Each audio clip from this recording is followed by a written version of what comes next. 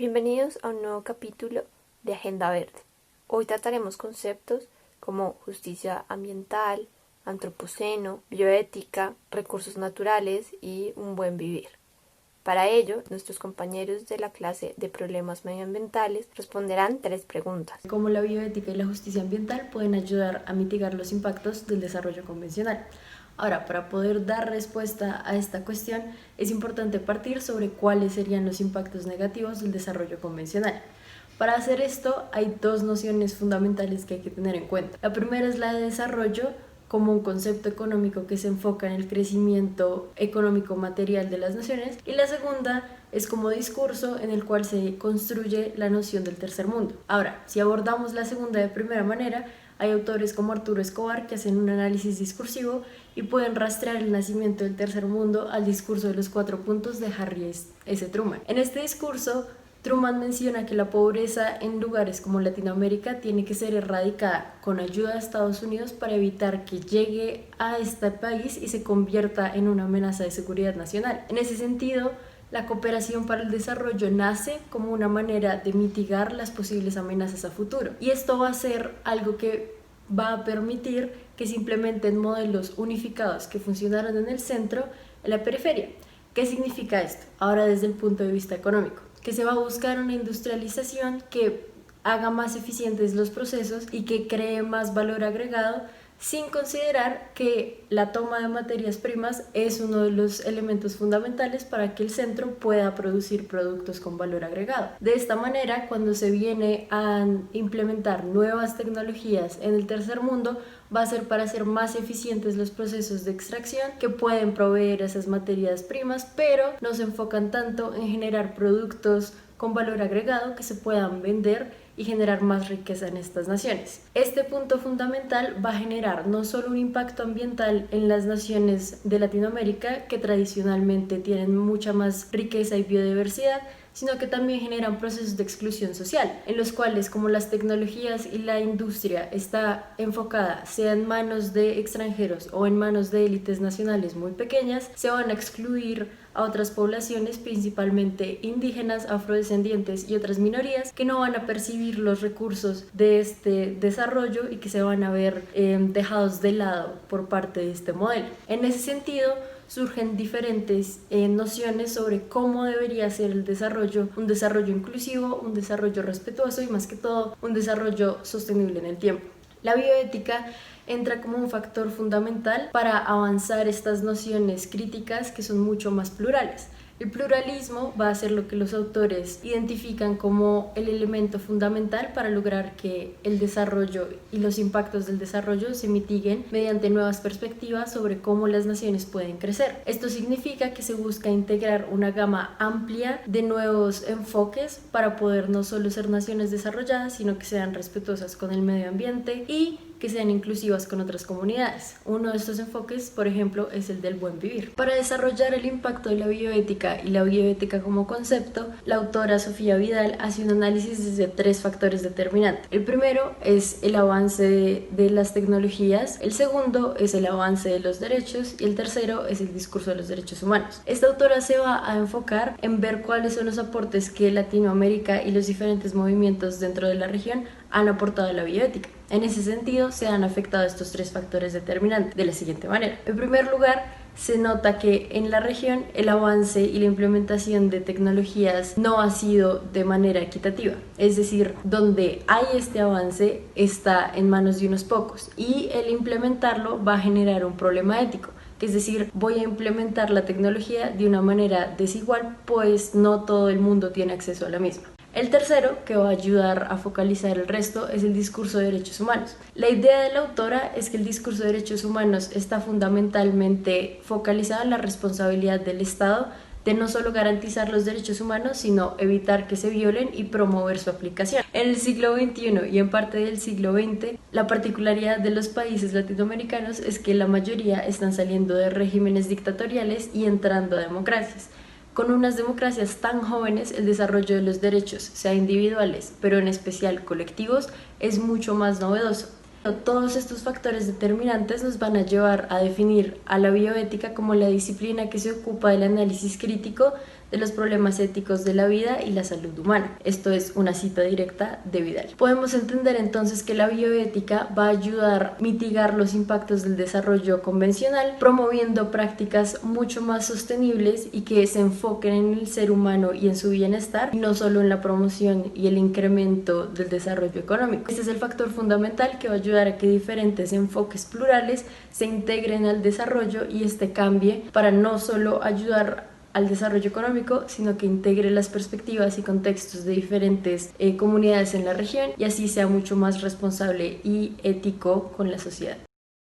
Por otro lado, es importante señalar que según Gonzaga, Aguirre y Ríos 2015, el concepto de justicia ambiental surgió en los años 60 en un contexto de movimientos raciales sobre la distribución del espacio de los residuos peligrosos y las industrias contaminantes en los Estados Unidos. La justicia ambiental cuenta con varias definiciones. Una de ellas es la Agencia de Protección Ambiental de Estados Unidos, que indica que la justicia ambiental es el tratamiento justo y la participación significativa de todas las personas, independientemente de su raza, color, origen nacional, cultura, educación o ingreso, con respecto al desarrollo y a la aplicación de leyes, reglamentos y políticas ambientales. Por tratamiento justo se entenderá que ninguna persona, incluyendo los grupos raciales, étnicos o económicos, debe sobrellevar desproporcionadamente la carga de las consecuencias medioambientales como resultado de operaciones industriales a nivel federal, estatal, local y municipal. Asimismo, cabe resaltar una parte de la definición dada por Valencia que especifica que el derecho al acceso de la justicia ambiental es un medio jurídico sustancial para que las personas y comunidades puedan reclamar y alzar algunas reivindicaciones con respecto al medio ambiente. Además, es importante señalar que la relación de desarrollo convencional con justicia ambiental radica en que los países en vía de desarrollo quieren mejorar sus condiciones. Sin embargo, en un paradigma tradicional, esto implicaría un mayor consumo de combustibles fósiles que aumentaría las emisiones de CO2. Es por ello que se debe replantear el desarrollo como una fórmula aplicada, pues las condiciones medioambientales de cada país son muy diferentes y deben ser protegidas. Asimismo, los países ya industrializados deberían implementar el uso de energías renovables que permitan reducir el consumo de combustibles fósiles, pues se necesita tener sociedades más sostenibles. Para establecer una relación crítica entre el antropoceno y la seguridad alimentaria, es importante tener claras las definiciones e implicaciones de ambos conceptos. Por una parte, el antropoceno, en palabras de Moreno y Conversi, es una nueva era geológica que fue causada por la acción humana, relacionada con el cambio climático y trazando un panorama de catástrofes medioambientales. Por otra parte, según Arias, nos habla sobre cómo el antropoceno es el proceso por el cual hemos alterado de tal manera los sistemas planetarios que los sistemas sociales y naturales se acoplan entre sí, cada uno teniendo impacto sobre el otro. Teniendo unas bases teóricas podemos empezar a hacer ciertas aclaraciones sobre este fenómeno. No lo causamos nosotros como individuos, pues no tenemos la capacidad para realizar un cambio geológico. Es el conjunto de la humanidad como tal y su consumo masivo que ha causado el cambio climático y aquello que implica. Esto implica que hay una influencia determinante de los seres humanos como especie dentro de la atmósfera. Estos cambios no son gratuitos, sino que vienen de la mano con los modelos de producción neoliberales que incitan a un consumo masivo y por la misma demanda se da una producción industrial masiva. En cuanto a la seguridad alimentaria, en palabras de Friedrich, es el acceso social, físico y económico en todo momento a alimentos suficientes y nutritivos que puedan satisfacer las necesidades de los individuos. Aunque la producción mundial de alimentos actualmente tiene un excedente del 30% de la que la población requiere, los productos no llegan a todo el mundo. Esto se debe, según Figueroa en la seguridad alimentaria familiar, a la carencia de una distribución efectiva y a la vulnerabilidad de la cadena alimentaria a la contaminación ambiental. Al momento de relacionar ambos conceptos, se viene a la mente el impacto de la exclusión social y la explotación económica del modelo neoliberal, presente en el antropoceno. En tanto que el acceso a los alimentos requiere de capacidades económicas, la población en condición de pobreza no tiene garantizada una seguridad alimentaria. Justamente, la pobreza es el principal factor de la inseguridad alimentaria, hecho comprobable por las estadísticas de la FAO que aseguran que más de 1.000 millones de personas que viven en condición de pobreza se encuentran en peligro de desnutrición.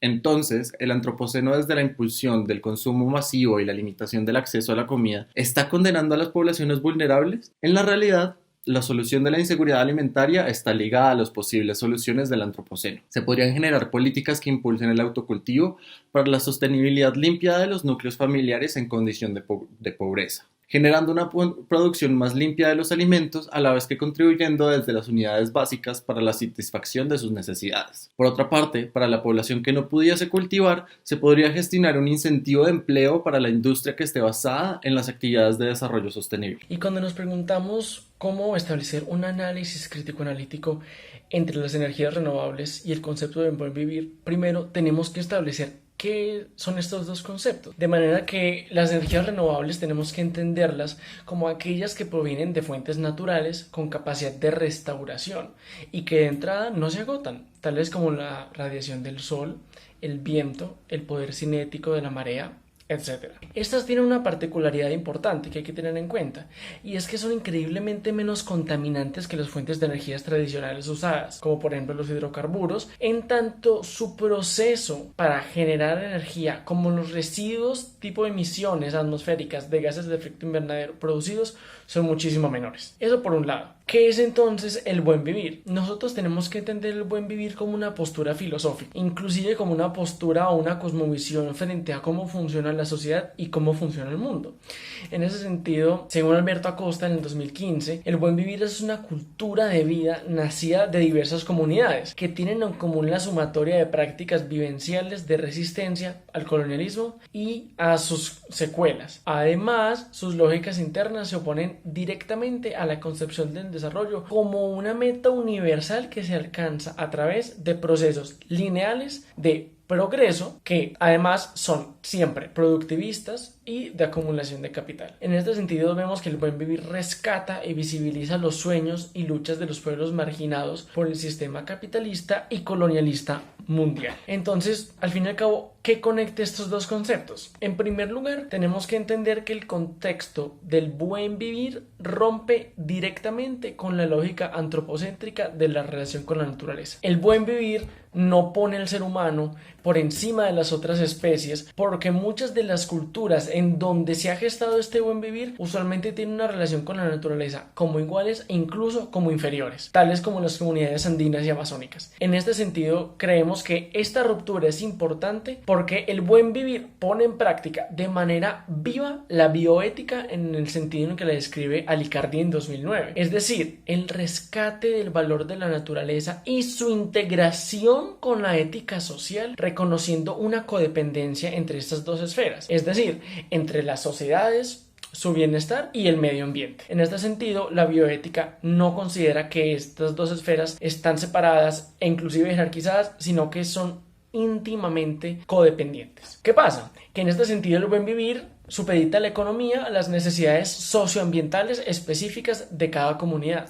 Y en ese sentido, ¿cómo entran las energías renovables ahí? Bueno, y es que el proceso de alfabetización tecnológica y científica que rodea el desarrollo de energías renovables, es decir, la educación en estos temas, funciona como vehículo para poner en práctica este buen vivir y cotidianizarlo en las comunidades, es decir, hacerlo sistémico. Aquí entra en escena entonces el enfoque ciencia, tecnología y sociedad, CTS, expuesta por Ballesteros y Gallego, que básicamente lo que quiere decir es una forma de enseñanza desde las controversias científicas, que pueden problematizar los efectos de las ciencias y las tecnologías sobre la sociedad, tales como por ejemplo el uso de la bomba atómica o ciertos tipos de fuentes de energía. Además, este enfoque se concentra en el esfuerzo pedagógico para la proposición innovadora e investigadora en función de las necesidades específicas de la comunidad dentro de la cual se aplica. Es decir, no se queda como en un adoctrinamiento o en un vertir jerárquico del conocimiento, sino que se enfoca más en generar preguntas que en generar respuestas, de manera que los estudiantes bajo el CTS terminan por encontrar los incentivos suficientes para empezar a pensarse sus problemas específico. De manera que aquí se unen las energías renovables como herramienta, pero se reivindican los principios del buen vivir, porque la educación entonces no es reproductora de una visión desarrollista unidireccional, pues que donde el desarrollo tiene que ser necesariamente